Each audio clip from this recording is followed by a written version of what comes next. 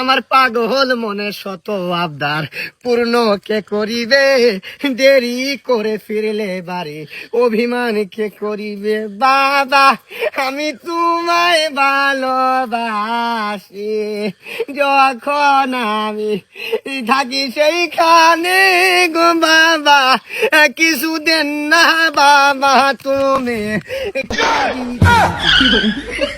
দিল পিরিতের বেড়া লিচুর বাগানে, কমলার বাগানে সৈগ কমলার বাগানে কে দিল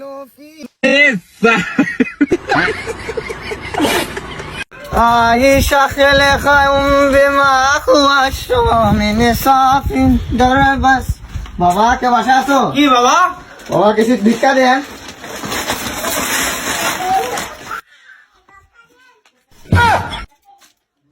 বসেন, এটা খাইয়ে দিবেন, বসেন।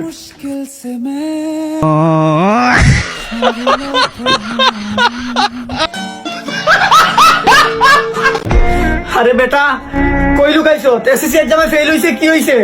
তুই সবসময় আমাদের নজরে পাস হয়ে থাকবি, বাইরে আয় বেটা। আরে বেটা তুই কই? তুই লুকাইস না, তুই বাইর হ। তুই ফেল হইছ তো কি হইছে? ফেল হওয়া মানে সফলতার একটা বাগান। ও বাবা তোর বাবা ঠিকই বলছে, তুই বের হয়ে আয়। মায়ের মন তো কলজা চিপা মাইরা দিতাছে। কই তুই? ওই যে সালা বারুয়া।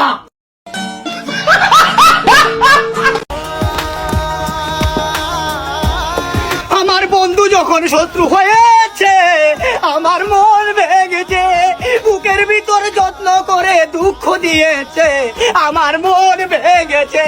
एक तू ही यार मेरा मुझको क्या दुनिया से लेना।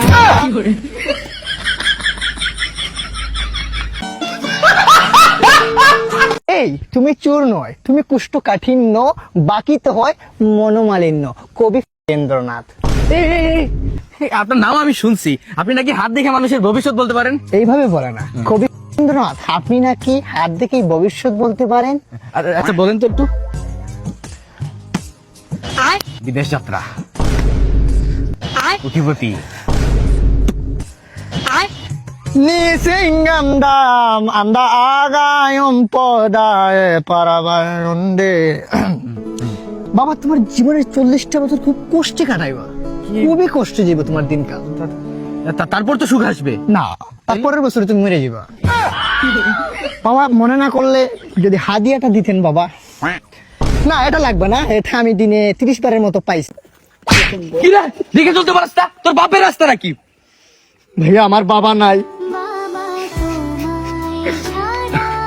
মন খারাপ করিস না, মা তো আছে। আলহামদুলিল্লাহ ভাই, মা বাইচা আছে। তুই এই রাস্তা কি তোর মায়ের নাকি?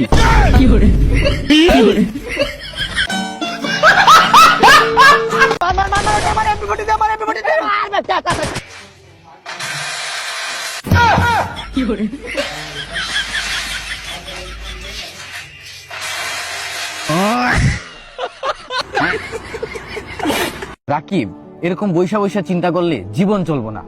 আমার কাছে একটা বুদ্ধি আছে। হ্যাঁ বল বল। তাহলে কাজ করি আমরা, আমরা দাঁড়ায় চিন্তা করি, চল।